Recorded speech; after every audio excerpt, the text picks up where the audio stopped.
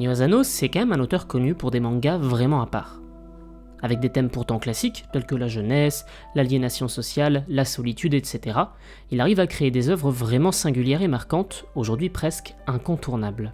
On va le découvrir pour la première fois en 2001 avec la publication de sa toute première série, intitulée Subarashi Sekai, et éditée en France par Kana, sous le titre Un monde formidable. Cependant, c'est plutôt avec son œuvre Solanine, publiée de 2005 à 2006, qu'il acquérera une plus grande notoriété, manga dont on va parler aujourd'hui, comme vous l'aurez compris. Solanine, c'est l'œuvre qui a fait connaître Asano, avec son ton réaliste et poignant, ses personnages bien développés et son exploration émotionnelle des défis de la vie quotidienne. Il aborde des questions plutôt universelles, auxquelles de nombreux jeunes adultes peuvent s'identifier, et offre une réflexion sur le passage à l'âge adulte et les choix qu'on doit faire pour trouver sa propre voie. Ce manga, c'est vraiment l'un de mes préférés, l'un de ceux qui m'a le plus marqué et influencé dans ce que je lis aujourd'hui. Alors laissez-moi vous en parler et vous présenter ce que j'aime dans cette BD. Le premier point sur lequel j'aimerais m'arrêter, c'est son personnage principal, celui de Meiko Inoue. Le manga, comme tous les autres slice of life, repose beaucoup sur ses personnages. Et parmi ceux-ci, Meiko sort évidemment du lot. Elle est le personnage le plus intéressant de l'histoire. Normal d'ailleurs, c'est le personnage principal. On découvre le récit par ses yeux et on s'imprègne de ses émotions. Il s'agit d'une jeune femme de 20 ans qui vient de terminer ses études universitaires et travaille dans un bureau ennuyeux. On note tout de suite le soin, le réalisme et l'authenticité qu'a apporté Asano pour donner vie à ce personnage presque autobiographique, comme assez souvent chez cet auteur. Le cœur du personnage, ce qui est vraiment intéressant, c'est que tout au long de l'œuvre, elle ressent un profond malaise face à la vie qu'elle mène et aspire à quelque chose de plus significatif. Entre autres, elle rêve de devenir artiste, mais se sent piégée dans une routine monotone. Meiko remet souvent en question ses choix et ses aspirations. En fait, l'histoire de Solanine, c'est un peu l'histoire de cette jeune femme qui se retrouve à un carrefour de sa vie d'une certaine manière. Lorsque son petit ami, Taneda, décide de quitter son emploi pour poursuivre une carrière musicale, ça la pousse à réévaluer sa propre situation. Elle se demande si elle doit suivre ses propres rêves ou continuer à se conformer aux attentes de la société, un dilemme qui parlera à beaucoup de lecteurs. C'est un personnage complexe qui traverse une période de transition et de recherche de sens. Ainsi, on la verra explorer différentes facettes de sa personnalité et tenter de trouver sa voie dans le monde adulte, son cheminement émotionnel étant au cœur du récit. Parler de Meiko, ça va me permettre d'ailleurs de faire un petit aparté sur la représentation des personnages féminins dans les mangas de Asano en général. Vous le savez bien, dans un grand nombre de mangas, les femmes sont très fréquemment stéréotypées à outrance, que ce soit par une sexualisation, des clichés incessants et j'en passe. Le personnage de Meiko, et par extension les nombreuses femmes qu'on découvrira dans les mangas de Asano, évite fort heureusement ces écueils. Chez Asano, les femmes ne sont pas de simples potiches à grosse poitrine amoureuses du héros principal. Ce sont des personnages développés psychologiquement avec une certaine profondeur qui les rendent vraiment intéressantes. Je pense à Kume de La Fille de la Plage par exemple, mais aussi à Aiko de Bunny Poon Poon, ce qui parlera je pense à un petit peu plus de monde, et j'en passe, il y a plein d'autres exemples. D'une certaine manière, ces personnages participent même à déconstruire des stéréotypes, souvent bien trop ancrés dans la culture populaire, en évitant tout d'abord les représentations trop simplistes, mais aussi en proposant des personnages féminins ayant une grande variété de rôles, allant de personnages forts et indépendants à des individus plus vulnérables ou luttant avec leurs propres faiblesses. Les thèmes abordés par ces personnages sont nombreux, dépendance émotionnelle, violence sexiste, conflits relationnels, quête de sens, etc. Les femmes sont représentées comme des individus ayant leurs propres désirs, leurs propres besoins, bref, une richesse qui permet une représentation beaucoup plus réaliste et multidimensionnelle pour ces personnages. Et ça, c'est une vraie bouffée d'air frais dans un paysage manga encore bien trop stéréotypé. Bref, vous l'aurez compris, le personnage de Meiko, c'est le petit bijou d'écriture de Solanine, excellemment bien écrit, passionnante à suivre, émouvante et surtout mémorable.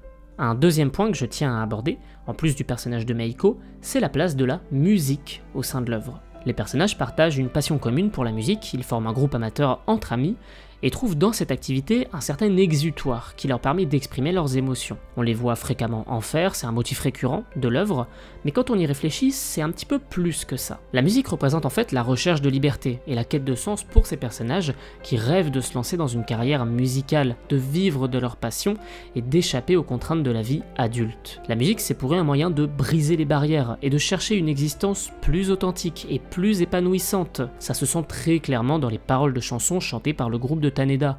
Elles abordent des thèmes tels que la recherche de soi, la nostalgie, les rêves, etc. Les chansons deviennent des véhicules pour exprimer les émotions et les préoccupations des personnages, et elles reflètent souvent leurs propres expériences et dilemmes, comme un moyen d'expliciter les pensées des personnages, ce qui est assez habile d'un point de vue de la narration. Si on s'attarde un peu sur la mise en scène de ces moments de musique, on remarque assez vite que Asano adore placer extrêmement proche des scènes de performance musicale et des moments de réflexion intense pour les personnages. Cette juxtaposition va permettre de donner une profondeur supplémentaire aux deux scènes. Avec cette proximité, on va davantage ressentir les pensées qui émergent lors des moments musicaux, d'un côté, et de l'autre, les moments de calme après une performance musicale intense peuvent également intensifier l'impact émotionnel de la musique. Bref, l'effet marche à merveille, et on arrive à ressentir la musique et ce qu'elle représente par cette mise en scène. Toutes les scènes musicales de Solanine sont d'ailleurs un très bon exemple d'à quel point un instant musical dans un manga peut être intense, peut être émouvant, peut être puissant. Si je précise ce point-là, c'est aussi pour répondre à toutes ceux et celles qui pensent qu'il est impossible de faire ressentir de la musique dans un manga, que par définition, un livre n'a pas de son, et est donc incapable de faire vibrer avec de la musique, autant qu'un animé pourrait le faire par exemple. Ça c'est quelque chose que j'ai moi-même pensé quand j'ai vu l'animé Your Lie in April, qui était sorti en 2014.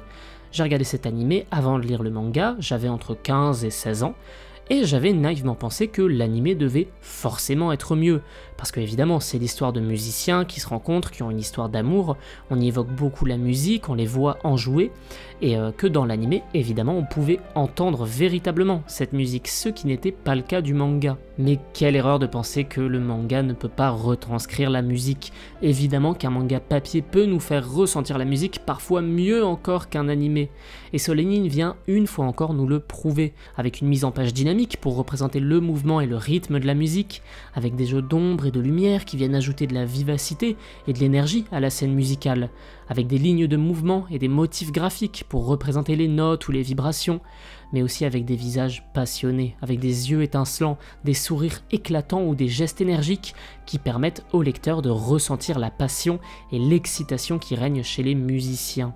Les scènes de musique dans Solanine sont de vraies réussites et expriment à la perfection les thématiques importantes du manga.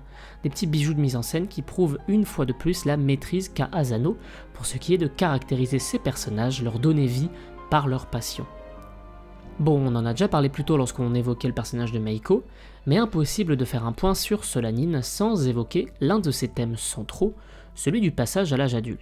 Cette transition d'un âge à un autre, d'un état d'esprit à un autre, Asano va l'aborder de beaucoup de manières différentes dans son manga.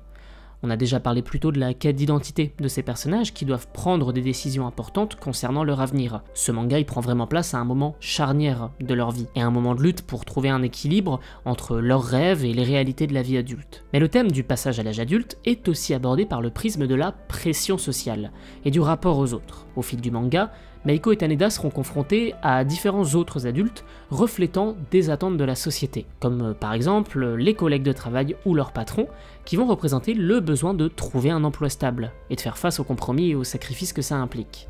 Meiko et Taneda vont également se confronter aux normes sociales du fait qu'ils soient ensemble et aux attentes liées au mariage ou à la vie de couple, et aussi la façon dont ils sont perçus par leur entourage s'ils ne se comportent pas selon ces attentes. Un autre point qui va être soulevé par Asano dans sa quête de retranscrire le passage à l'âge adulte, c'est la perte de l'insouciance de la jeunesse, l'expérience de la douleur et de la frustration lorsque les choses ne se déroulent pas comme prévu.